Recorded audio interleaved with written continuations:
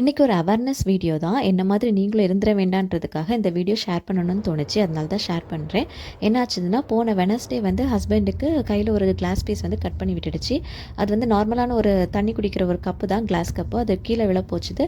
அதை பிடிக்கவே அது உடஞ்சி லைட்டாக கட் பண்ணி விட்டுடுச்சு. சின்ன கட்டு தான், அது அப்படியே சரியும் ஆயிடுச்சு. ஆனால் என்ன ஆயிடுச்சுன்னா, தம்பு வந்து அவங்களுக்கு மூவ் பண்ணவே முடியல. புண்ணு ஆறியுமே தம்பு வந்து மூவ் பண்ண முடியல. என்னென்னு பார்க்கும்போது நம்ம நினைக்கிற போது மற்ற ஃபிங்கர்ஸ் எல்லாம் மூவ் ஆகும், தம்பு மட்டும் மூவே ஆகலை.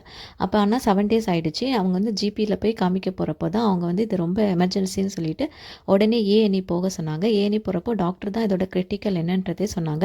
என்ன ஆயிடுச்சுன்னா, டெண்டான்ஸ் வந்து கட் ஆகிடுச்சு. அந்த ஃபிங்கரில் அந்த அந்த இடத்துல போகக்கூடிய டெண்டான்ஸ் வந்து கட் ஆகிடுச்சா. ஸோ அதனால் நம்மளால் பிரெயின்லேருந்து சிக்னல் அவங்களுக்கு போகிறது வந்து கட் ஆகிடுச்சு அப்படின்ற மாதிரி சொன்னாங்க.